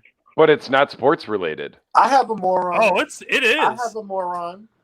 Go ahead, JJ. John Gruden, because why the hell would you have a paper trail? Well, obviously. But why would you have obvious. Not even for what he did, but why would you have a paper trail of it? That's what I don't get. I don't get that at all. Yeah, that's some shit you say in somebody in person. Right. Like so you can deny it if they say you said it. Like, hell no, I ain't say that. Because John Gruden still calls it either the internets or the World Wide Web. Because clearly the rest of them... John Gruden's the type of guy that says, "Oh, I don't get on Snap Face with all you kids." That said that. But yeah, same shit. Yeah, Instagram. Insta-chat. It was Harlem Cowboys who. Oh yeah. Okay. Here we go. So I'm just gonna put this out here to everybody who tunes into the show. I've been waiting all week for this. Same. If you watch our program from start to finish, I'm talking about from the time James does or doesn't play intro music to the end when I'm doing fake exit music with whatever. Okay, but you watch from start to finish. You give it an honest chance and you say, you know what, it's just not for me. You know what, we understand that. This might not be for everybody, okay? But at least you gave us a fair chance. Do not fucking come in here with 5 minutes to go. Don't come in here in a 2-minute warning talk about, oh man, y'all suck. Y'all ain't talking about nothing. You didn't give us a fair chance. You got to watch it from start to finish. I think everybody in here has been into a movie before, you know, and you walked out, you was like, man, I kind of wasted my money. Okay, that's cool. But at least you sat there through the whole film and like, you know what I mean? So you can't come in here in the last 5-10 minutes and then form a judgment. You missed the last hour. Where were you at? Right. You know what I mean? So you can't do that. You, at a minimum, just say, look, I caught the last little bit, but I'm going to get with y'all next week. I'm going to watch the whole thing, and I'm going to engage and interact. But you can't sit up here and tune in at the last little bit and then try to form an opinion. You're not going to get taken seriously. You know? Yeah, and especially it's a topic that we actually really like because we cover a lot, like for the past weeks. This is episode 27? 27? Yeah. So like this idea was presented to us by Dom maybe 3 or 4 weeks ago. And it was good because it changes up everything. We go and we talk about football, and we've been talking about football since preseason predictions, since training camp, even the NFL draft, half of a year. Yeah, like I talked to James about the Eric Stokes pick, like when the Packers took him, so long, even before the draft when we were predicting things. Back when we were like literally, there was nothing to talk about, so we were literally just talking about like some of our all-time favorite moments. And we love having people interact, and we love talking about sports. But the little section that we created, that Dom created, is a 5-minute section outside sports. It's just a bunch of dudes that just hanging out and being pals, you know? And I thought you were on your 15th beer, Jordan. Okay. He said he had to say that, huh? But all in all, James, thanks for reminding me. I did want to touch upon that. Man. Once again, we do appreciate the engagement and everything. And see, you can look at every other sports show, like on Fox Sports 1 and whatnot, and there are non-sports related topics all the time. Like is on Skip and Shannon, they talked about social justice when all the stuff was going on. I was gonna say we talk about fun shit. We don't talk about politics, current events. Right. We're not here for that. We're sports people, but we're not just sports people, okay? Yeah, we talking like music, entertainment, all this shit, man.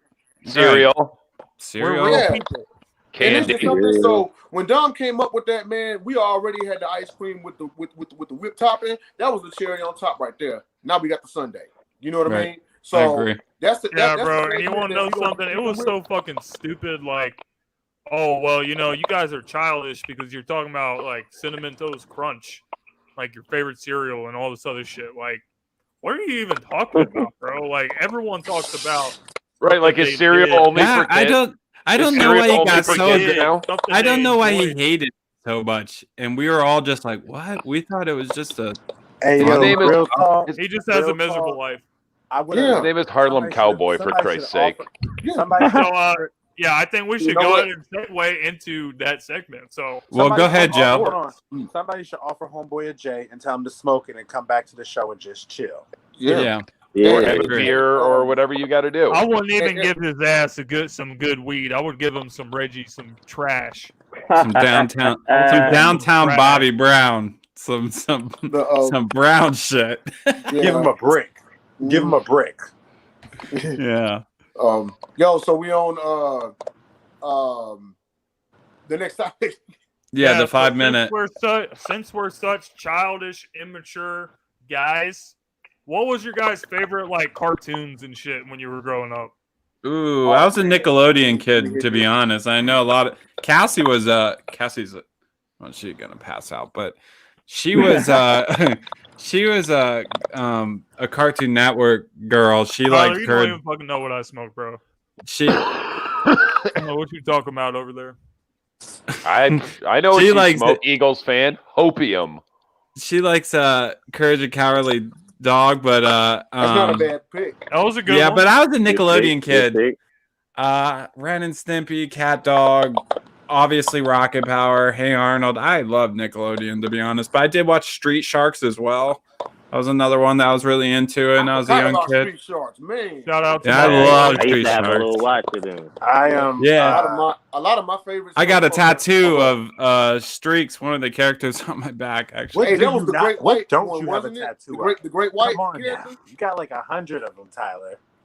Yeah, he did, bro. Got out. He yeah. Tyler is. I know when we talk about horror movies, it's like I have so many of them on me. I think. Shout out to my boy Johnny Bravo, because if he was around during this time, bro, he would get shut down like in a hurry. Or like Cow and Chicken, they literally ate ass in that show. They literally ate ass in that show. Like, Ren and Stimpy was not for kids. I happen to be right.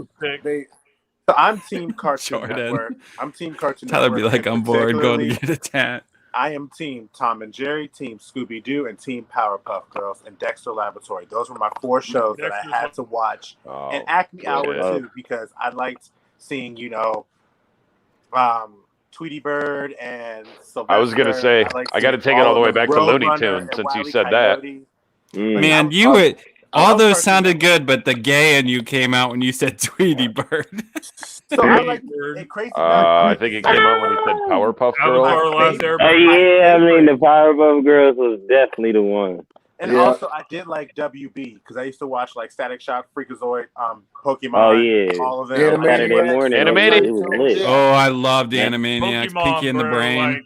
See, me and Jay are a little bit older, so ours are going to go further back. The Jackie Chan funniest shit that ever happened on Pokemon was like one of the first episodes after he had went up against Brock, and like there was this whole story about how his dad was like a deadbeat, and when his dad showed up and revealed like who he was, Ash had just walked up to him and he was like, "Oh, so you're the deadbeat father that left town to be a Pokemon trainer?" Oh wow! Right. So now Jordan said Cliff looks like a Powerpuff Girl. Now the funny thing is, I did say now growing up, growing up, I said there he just want to fight. I wanted to be a Pokemon master, and I wanted to be a Yu-Gi-Oh duelist. Whatever Jordan just said. Oh man, whatever Jordan just said. Anime. That's sincerely twisted tea. Like Dom said, right, Cliff. Go ahead, Jay.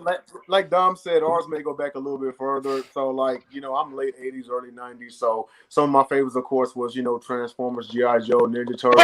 Both of mine. Batman, the animated series, Gargoyles. Third one. I was about to say Gargoyles. Gargoyles? Gargoyles was so deep. Just go ahead and wrap it up with X-Men, and I'll have nothing to say. Because you already said my 3. X-Men animated series. But my most favorite one of all time. It's my wife's favorite, Matt Weeks. My most favorite one of all time, Beavis and Butthead. Oh yeah! Hell yeah! Oh yeah! Dude, first of all, let me talk about how these dudes was the ugliest cartoons. Joey, why are you laughing? Let me tell you, Beavis is the ugliest dudes on the planet. You know who Beavis is in real life? The ShamWow guy. Yeah. Wow. Yeah. Like Butthead looked like a cross-eyed cow, and Beavis looked like an alligator with an afro. Weren't they supposed to be? Oh my God. Weren't they supposed to be the series version of Dumb and Dumber? Yeah, kind of. But yeah. they predated Dumb and Dumber though. Man, there's so many funny episodes with them, but even the movie Beavis and Butthead to America. I just love when they go to the Hoover Dam and Beavis is like, "Is this a goddamn?" Like, I saw that they're around a bunch of nuns. That show is stupid. It's funny. I wish Rick and Morty was back when I was a kid. I like Rick and Morty. Yeah, Rick and Morty. Yeah, I gotta be honest. You said Dexter's Laboratory, but like every time English now.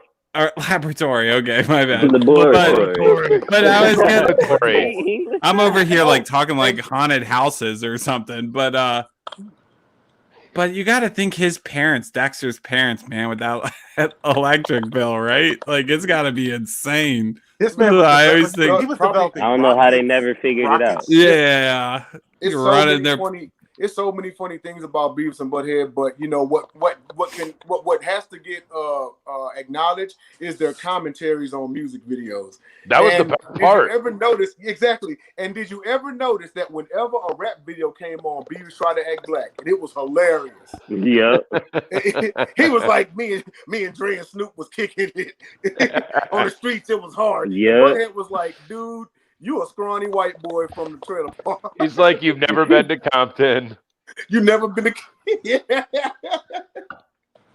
the video commentaries were way better than what they actually did, like outside the crib. What you said, Joseph? Something black. They say you ain't from Compton. Compton is always the number one area to describe quote unquote black people in these motherfucking shows and movies. Like, why is that? Like, it gets on my nerves. Have you been to Compton? Well, it's the early 90s thing, a long time ago. Yeah, it's the early 90s, you know. It's the early 90s thing. Like, you know, this was Compton lost South Central. You're talking about two of the 4 or 5 biggest rap albums of that entire decade. You're talking Dre and Snoop. That's Compton, Long Beach. That's all right there. Yeah, you know, considering I gotta be honest with you, I got onto the Compton side with the East Compton Clovers when they was on the scene against the freaking Rancho Carnetoros. Yeah, you know, that was my stuff. Matt Week said Rocco's Modern Life, solid choice. I gotta say, I'm surprised y'all didn't say Family Guy or Boondocks. I would have thought y'all would have said that. Boondocks is in no. class of its own. Both of them we could have a whole separate show about cartoons because we're all Archer. you know we're all immature. Another one because we're all so immature. Yeah, throw one out there. I'm just listening. Who's got a fun little? Jay literally said the first 4 or 5 that I was. My first 2 were G.I. Joe, Transformers. That was like during the week right after school. X-Men on Saturdays. I used to be so mad because like they'd have a 2-part episode and they'd show the first like that one Saturday and you're waiting for for part 2 and then it's a rerun the next Saturday. I literally had a temper tantrum. Jordan said no one here is young enough to name Family Guy's their favorite. I don't know the way y'all everybody be talking about it. Like everybody talks about. I mean, Family Guy is goated too. So many crazy. Well, I would have thought y'all would have said this. It's funny because people don't really watch The Simpsons anymore. But when we used to watch it when I was in college. The Simpsons was like a bigger thing than like. I mean, I can't say bigger than football, but. Long story short, we had watch parties for The Simpsons, and if you spoke more than once during a non-commercial, you got thrown out the house. I feel you on that one. I can feel you on that one. Because Simpsons was always that. I thought Simpsons had been around for like more than Greg, hold up. What are we talking about? We're talking about cartoons. Favorite cartoons. This is the segment of the show that's non-sports related for like 5. Do we know this guy, or is this the government name of Harlem Cowboy? This is a new guy. So yeah, we just talked about sports for the NFL. So Don was about to bring out the rocket launcher and shut him down. I'm trying He said, "Shit." There's a lot. I know. There's so many you can think of. You guys got a topic? You guys got any non-sports related topic? I got one real quick. Because I've been coming on for the last month and talking about Dark Side of the Ring, and I watched. Go ahead.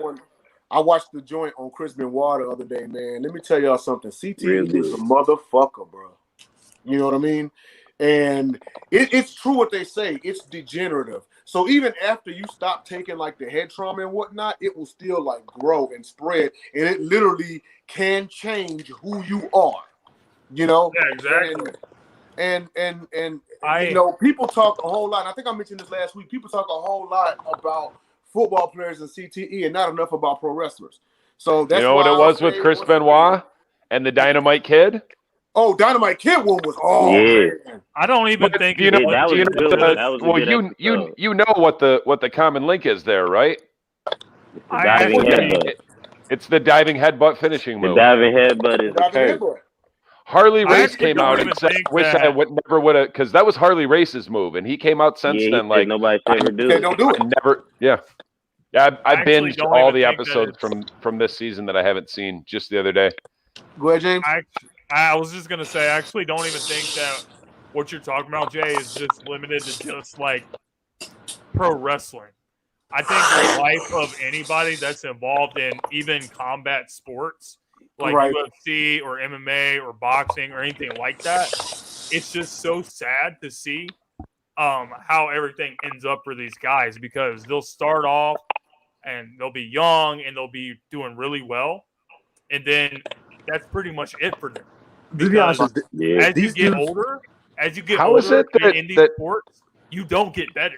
You're right. And then you just go downhill, and that's it. You're right. And it's a faster drop off too. To your point, let me they don't even, these players, they don't even tell you everything.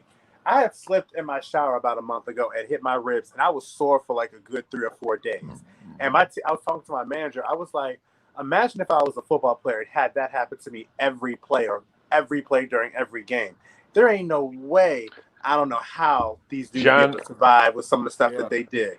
And John Madden said it. John Madden said it best. You play one down in the NFL, your body is never the same. I mean, you look at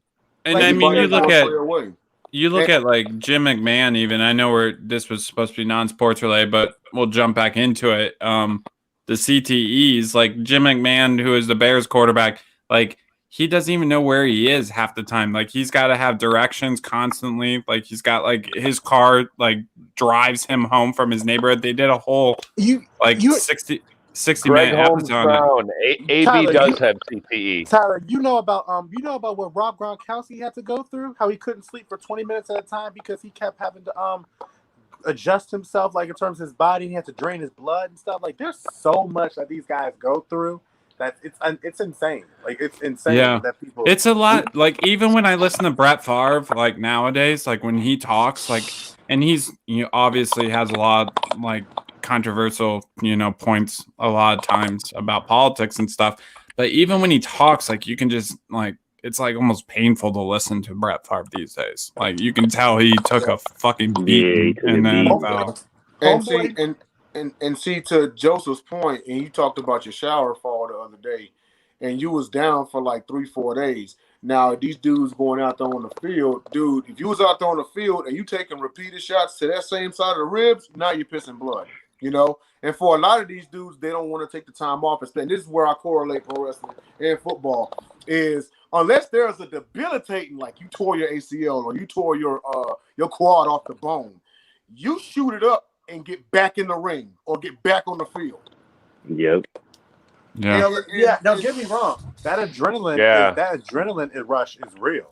Because I remember I rolled my ankle one time in basketball, and then I didn't feel it till 2 hours later. And I promise you, I felt like I could not walk.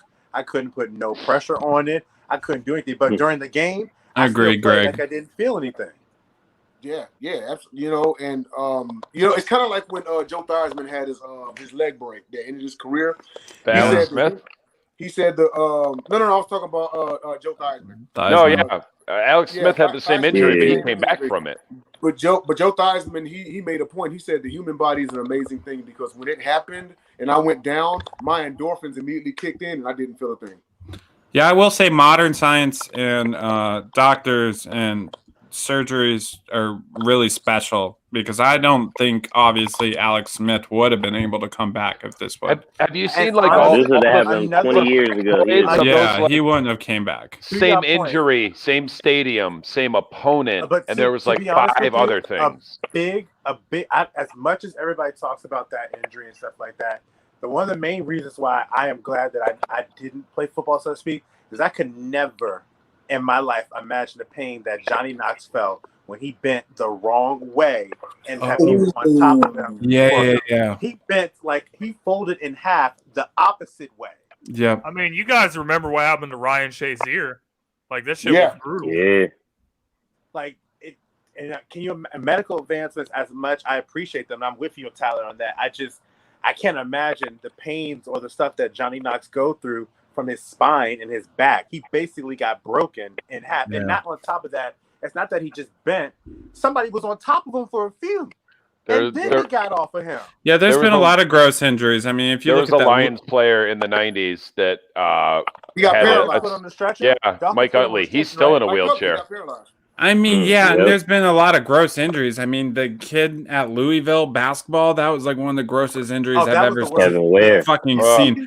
The Anderson Silva one, the Conor McGregor one recently. These guys, the Gordon Hayward one. These guys are putting rods I saw that happen live, and I literally got up and walked away from the TV for 5 minutes because I didn't want to see the replay. Because I saw it happen live, and I literally got sick to my stomach. The Silva and the Connor ones, like in particular, when you put a metal rod in your leg and you are fighting in mixed martial arts fight, that is terrible. You're never going to be the same fighter. Like, people haven't seen Conor McGregor return since his last injury to Dustin Poirier, but they're gonna find out real quick that he ain't the same person he was anymore. Nope. Because the same thing. Connor, he's lost his love for the sport. Yeah, ever but ever since he fought Floyd, he hasn't been the same after that anyway. Yeah, but I'm saying that leg, him compromising that leg might have to put him in boxing because he ain't gonna be able to absorb calf kicks, for example, in this new day of MMA. Probably not. Yeah, right. I think one of the most devastating sports injuries I've seen, and it doesn't get talked about. It happened in, I think, the 80s. Dom, you might know, but it actually was hockey. And Clint Malarchuk. Yep, that's it. Well, the dude from the opposite team, he left his feet, and Karachuk actually got sliced in the jugular by the skate. And it was like Mortal Kombat. That's how the whole crease was covered in blood. McFarlane actually made a Clint Malarchuk like action figure, and it was him laying down in the crease with a pool of blood. And it was so bad, like there was players throwing up on the ice. People in the stands were having heart attacks. It was bad. And he said in an interview that the first thing he did was he skated off the ice because he had a feeling he was going to die and he didn't want to do it on TV with his mom watching. There actually was a team medic, a team doctor that was an Army medic who reached inside of the of his wound and closed up the vein. Pinched the vein. Artery. Yep. And then get this, he was back on the ice the next week. Well, he got hit with the skate, right? The skate went across the jugular. It slashed him. Yep. I heard about that. That's wild. It makes me think of Happy Gilmore when Adam Sandler's character used to say that he used to take his skate off and try and stab. I got a hockey record. I'm the first guy to take their skate off and try to kill someone with it. Yeah. Not a lot of people did that. Yeah. Saw that in the theater as well. That's all we got. And this is it. That's it. Well, I got one quick one. All right, go ahead. Favorite podcast, sports or non-sports, or like besides ours. Like, what one do you guys make sure you check in and listen to every week? Mine's Jim Cornette. Mine is the Pat McAfee show. Yeah, I need to start watching the Pat McAfee one more often. It's not a sports show. It's more of like they kind of look at things and they just kind of make laughing things. This is a group called BAM University. I told Mike Booth about it, where they were watching. They watch like different videos, and they have a podcast each week where they just like basically roast it. They roast trap, like try not to laugh type situation. And those you ever listen to the Cornette podcast, Jay? No, I actually have to check that one out. Cornette's one of the ones that I respect in the business a whole lot. But he does 2 every week. He does like a 2-hour one and like a 4-hour one. Oh, okay, then sweet. I'm about to tune in. Send me the link to one of them, and then I can check it out. Yeah. The ones that I tune into are more hip hop. I used to watch a lot. Who was it? Joe Budden's podcast is pretty fire. And what's the other one? Oh, Nori's Drink Champs. I was gonna say Drink Champs. Nori be doing a lot of dick riding on them, man. Like drink hit him, and he be like, Cliff, who you watch? I don't really watch podcasts, but I will say, if the Broken Skull session is on, I'm never gonna miss it. Oh, okay. Did you see the one with Kevin Nash? Cold one. Yeah, that was a real good one. Good. The Kevin Nash is real good one. There's so many out there where it's like I'm afraid to even watch one because I know I'll get hooked, and then it's like next thing you know, I'm spending my free time doing nothing but either listening or being on podcasts, and like I have too many other hobbies. Right. Yeah. I mean, I don't listen to a lot of them anyway, but if I see Pat McAfee, I always just watch that because Aaron Rodgers is always on there. So yeah, he's on there on Tuesdays. So I'm a big Rodgers guy, as you guys know. But anyway, I think that wraps up our show for tonight. So if anybody wants to give any shout outs, feel free to do so before we sign off. Yeah, let me give a quick shout out to we unfortunately had one of Dom and me who are on another podcast on Thursday nights, had a friend who hosted a show called named Alex Fleming, and unfortunately he passed away yesterday. So I just want to do a quick shout out that my condolences are with him, his family, and all of his friends. Yep. He was a special guy.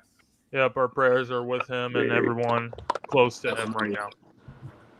Absolutely. I think I told everybody in the group last night, I'm not going to sit up here and tell you we were best friends or anything like that. I talked with him once or twice, but from what I had seen and heard from him, he was an amazing dude that made an impact.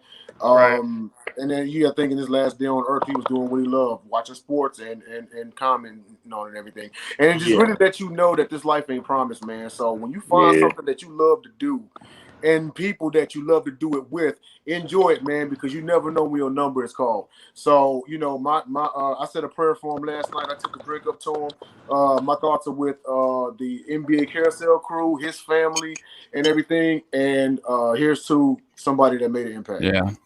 Shout out, Alex. To your point, I didn't get a chance to know him that well, but I do know who he was. And from what I could see, you could see that he had that infectious personality that everybody was talking about.